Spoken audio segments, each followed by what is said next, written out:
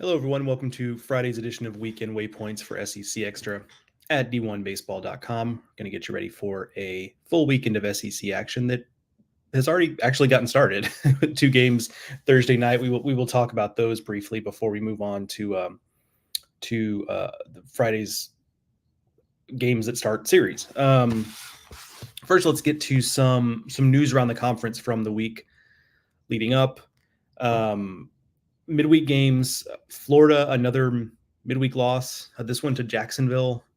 It kind of just goes to show the struggles that Florida is having on the mound, particularly when it comes to depth, that they're handling business okay. They're working around the mound struggles on the weekend okay, but in the midweek, when they're really having to tap into their depth, they're having less success.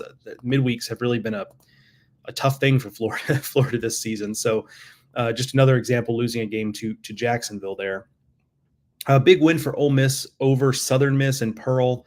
That's just another win that we know, given how good Southern Miss is. You know, they're always in the mix not only to be in the postseason, but often in the mix to host, as they have been recently. So that's a win that, unless something really unexpected happens, that's going to be a win that ages really well, especially because you're going to get a little bit of that bonus because it's technically a neutral site game, as opposed to a home game and what have you. Hello to Jeremy Scott with his usual Roll Tide on Facebook. SEC baseball and March Madness. Great point. Yeah, busy weekend. I know I will have while I'm at games, and I'll be in Columbia for Vanderbilt, South Carolina, starting tomorrow now because Friday's game is postponed. There's a little bit of news for you there.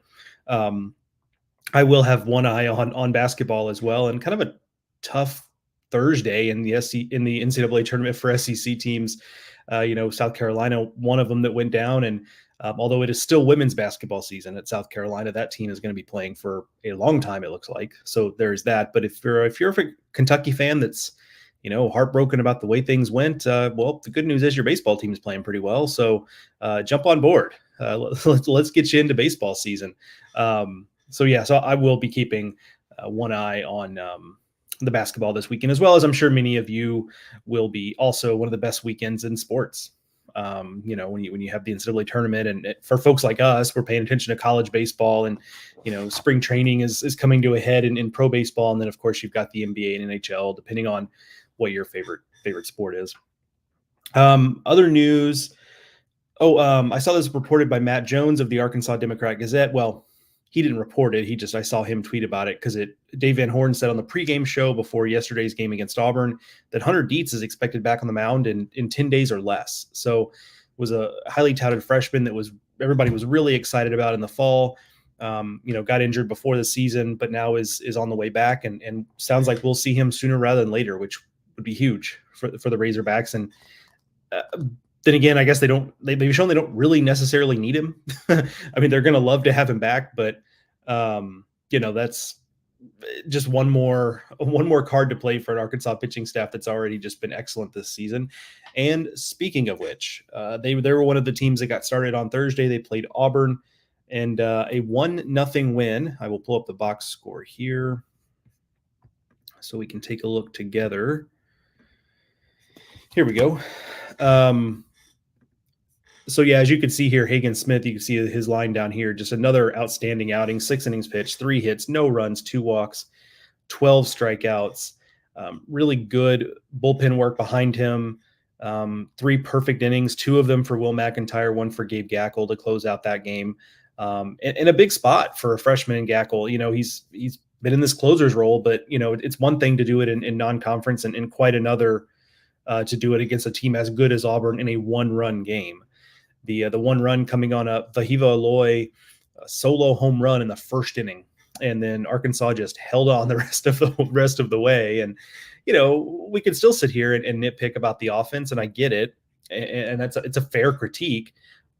But then at the same time, I kind of have to go like, okay, the offense hasn't always been great, but and what, right? I mean, they're just pitching so well that it hasn't really mattered so far. This is a team I'm excited to see. I will see them in Fayetteville next weekend when they play LSU. Actually, be my first time I've been to Baum Walker, so I'm excited about that. It's one of the last kind of bucket list type places on my list of places I'd like to go to see college baseball games. And last year Mark went. He kind of drew the drew the winning lotto ball there last year that he got to go to Baum Walker. So this year it's my turn. So I'm excited about that. But they continue to just pitch really, really well. We've got obviously Tiger today and then Molina to round it out. So, and those guys have been not quite Hagen Smith good, but pretty doggone good. So impressive stuff again for Arkansas there.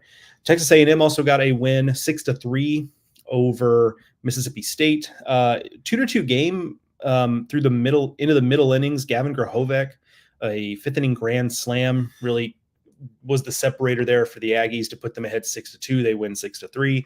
Ryan Prager was also good. Defense didn't do him favors. There were some unearned runs there, but he himself was quite good. So good for A&M to see him kind of get back on the horse and succeed in the way that he did there. On the state side, look, a road loss against A&M, you're not going to be too worried about that on an individual basis. So no reason for that necessarily. Kept it close. One big swing from Gahovac. If that swing doesn't, what the result is, you knew it was going to be tricky because of the starting of Evan Sierra. Sorry, I just got my mind just went blank there. Evan Sierra starting, so you knew it was going to be kind of a short start for him. They piggyback him with Nolan Stevens, and Stevens wasn't as effective this week as he was last week against LSU. And look, he's a freshman. That stuff is just going to kind of happen. So again, isolated loss. If you're a State fan, really optimistic about what you saw last week, and I don't think this one result should take you off that train because I think State generally played pretty well. And then we'll see what happens the rest of the weekend. Obviously, A&M's a really good team too. So you're never going to expect to go into College Station and just kind of run things. Excited to see the last couple games of this series. A&M kind of getting back on track and back to their winning ways. Okay, let's take a look at what we have. Make sure I didn't miss any news items there. Yeah, I did mention the postponement for Vanderbilt, South Carolina, which, by the way, they're going to stop credentialing me, I'm sure. For South Carolina games, they're going to stop letting me show up. I've gone to Columbia twice already this season, and both times the Friday game has been postponed because I was there for the Clemson series as well. So, eventually I just have to look myself in the mirror and realize that I am the problem. So it is what it is. Doubleheader tomorrow, 1:00 local time. So hopefully we'll get back on track there. Should be a good series. Okay, let's go up today's scoreboard. I'll pull that up here. All right, so you can see there, obviously we haven't updated the scoreboard yet for this game being postponed, but here you have it again, a slate of night games, because that's the time of year we're in here. And once again, also very pleasing to me that it fits all in one screen there. I don't have to scroll. I've got the series of the weekend as Florida at LSU. You see that's getting started at 8 Eastern, 7 local time in Baton Rouge. Something's got to give in this series. It's kind of the way I look at it. Florida has had its issues on the mound. LSU has had its offensive struggles. We saw that last weekend against Mississippi State when it just couldn't keep up when State really started hitting. And one of those things is going to have to give, right? LSU being at home, I think it will be helpful. I also do not expect LSU's rotation to struggle 2 weeks in a row the way it did last week. Maybe Thatcher Hurd has been up and down enough. Maybe you expect him to give up some runs because I think that's just kind of what he is as a starter at this point. But with Holman and Jump in particular, I would expect them to kind of get back to something approaching the form we saw the first 4 weeks of the season, even against an SEC opponent. But that's kind of the matchup I'm watching here is what does Florida tonight and throughout the weekend get from Cade Fisher, Liam Peterson, and then its relief corps, which outside of Ryan Slater and now Brandon Neely has been kind of shaky. It's not really, because of all the youth and inexperience out there, you're just not quite sure yet who the Gators can trust. So I'll be watching for that. And then LSU's lineup, look, there were some positives last weekend, even with the series loss. Tommy White got hot. Josh Pearson got hot. So perhaps things are starting to awaken a little bit for LSU, but they're obviously have a lot to prove offensively. So should be a fun weekend in Baton Rouge. Pitching matchup of the day today. And this is a little different now, obviously, because we've already had 2 games this weekend. A couple pitching matchups are off the table. But I'm going to go with Mississippi State's Cal Steven against Texas A&M's Tanner Jones. Now, that's not because those are like the best pitchers on the board, right? Like this, most times I'm choosing like this ace against this ace, and it should just be like, battle of the Titans. This one is more because these two guys are really important to what their teams are doing, and I'll be fascinated to see which one does a better job. So if you're Cal Steven, you're in a situation where, okay, Nate Dome is still out. We don't know what his status is, but it's fair to wonder if this is going to be a thing this season. So he's going to have to step up. Like they need him to be a key piece of this. So him and Senja both, but Senja has at this point shown flashes of brilliance, and you feel a level of confidence about what he can be. Steven's been the one who's been a little bit more up and down. So what can he do to kind of steady the ship and just be a guy who can get State deep into games and let a bullpen that looks a lot better go to work in his starts. And then same thing with Tanner Jones. I mean, he's sandwiched in between Prager and Lampkin, who have both been very good this season, but he's the one who's been a little bit more up and down, and last week took it on the chin a little bit against Florida, although, who wouldn't given that lineup. So just important for these two guys to get going for the overall health and strength of these rotations. So that's kind of what I have my eye on here. And there's a chance, I mean, let's face it, there's a chance we just see a ton of offense today. If the answer is neither in terms of which one will be better, I mean, we could see a bunch of runs. Tanner Harris on X says Brady Tigert, Chase Allsup will be a good matchup. I agree. I mean, the stuff is going to be great. I mean, those are both guys with big time stuff.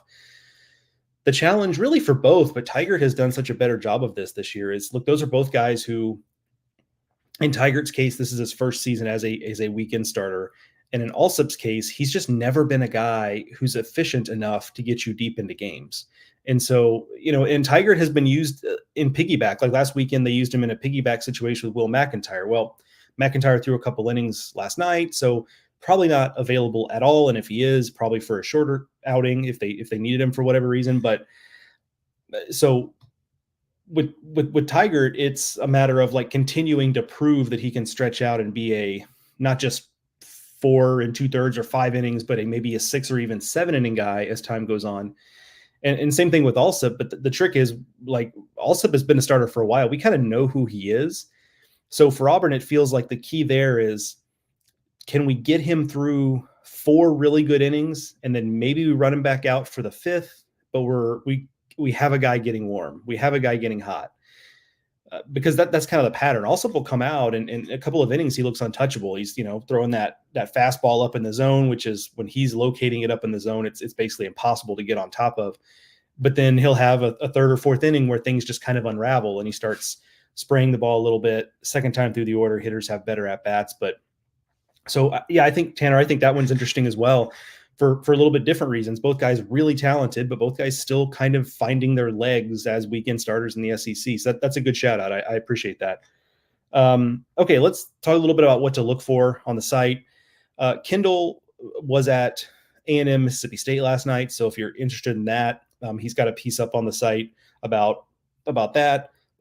As I've mentioned, I will be at Vanderbilt, South Carolina this weekend. Obviously, today's game Friday is postponed, so you won't see anything from me on that until after Saturday's action. So that's a little bit of a bummer there, but also obviously follow me on social media if you've not done so already for updates on that series as I'm there. And then as always, we'll have, D1 Digest all weekend, rounding up everything that happens coast to coast. We've also got a bunch of D1 staffers in other places.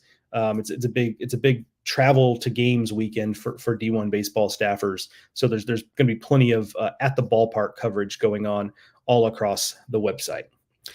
All right. I hope the weather wherever you are is treating you better than it will here in the Carolinas, as there are a lot of games moving and cancellations and what have you, a lot of teams scrambling. So I hope it's a little better where you are, and whatever it is and however many games we get in today, I hope that the baseball is good for you on Friday. I will talk to you guys tomorrow morning with Saturday's edition of Weekend Waypoints. Thanks, everybody.